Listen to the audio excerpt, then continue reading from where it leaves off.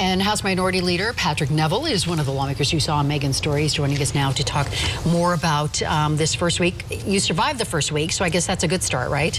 It is. Yeah, no bills heard quite yet. Although you yourself sponsored a bill that specifically deals with allowing concealed carry on school grounds. What do you think the chances of that happening?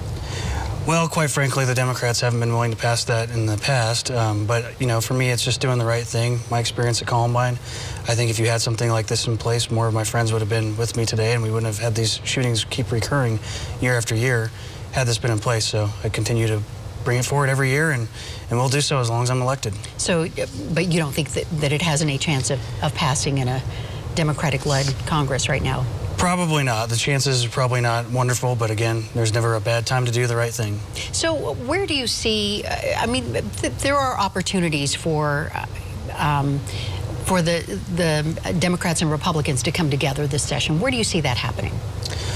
Well, you know, in the governor's State of the State speech, he was saying that he wants to have a permanent income tax rate reduction. I applaud that idea. It was kind of funny because all the Republicans, I think, gave him a standing ovation, and well, the Democrats sat down on that point. But anything that we can do to lower taxes for citizens in Colorado, especially as the rising cost of living continues to be such a problem in the state, the best solution to that is letting citizens have more of their money. So if he wants to work with us on those types of issues, I'd be happy to work with him on it. And you have said that you support an education bill. What is it specifically you would support when it comes to education? Well, I think with just education in general, Republicans have a lot of innovative ideas this year, and we're making a very deliberate manner to propose how we're bringing those forward in a very public way as well. And so I think if you take a look at the governor's history on education, he's been very educational, pro-choice in education issues, and mainly making sure that parents are empowered and the students are empowered. So most of our ideas, if not all of our ideas, are behind that concept. They're ideas that empower parents and students first. Without just continuing to throw money, we need to actually have new innovative ideas, things like giving, well, effective teachers bonuses, concurrent enrollment, and enrolling more students in concurrent enrollment so they don't have a huge debt after they get out of college. They can do their first 2 years while they're in high school. The transportation issue, that's been just such a headache for Colorado for decades. So where do you see common ground there? Well, I think we all want to actually put more funding in transportation.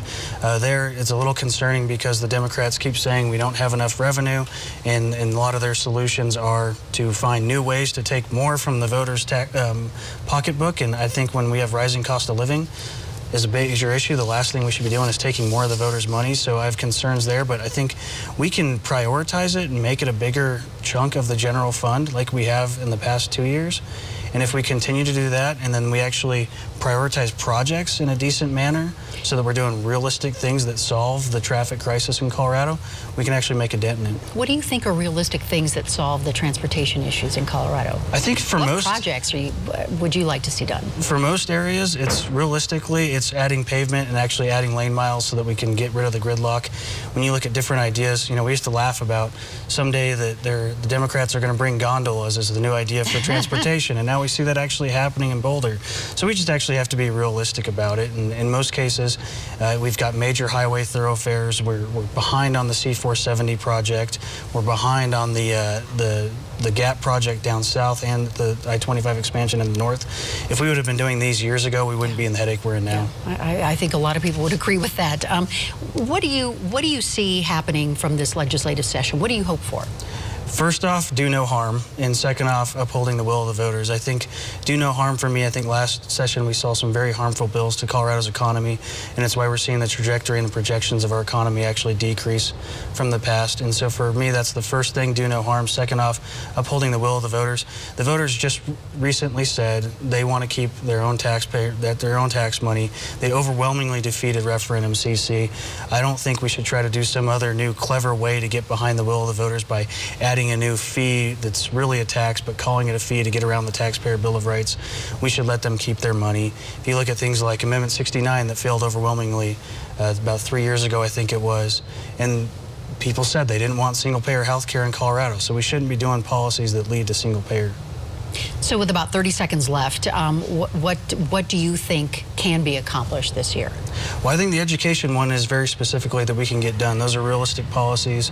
If you look at adding more concurrent enrollment, teacher bonuses, child safety accounts, at letting people use their 529 accounts for educational choice, covering the school supplies that teachers actually pay out of their own pocket and helping them cover those costs. Those are things that we can do that will help all education in Colorado.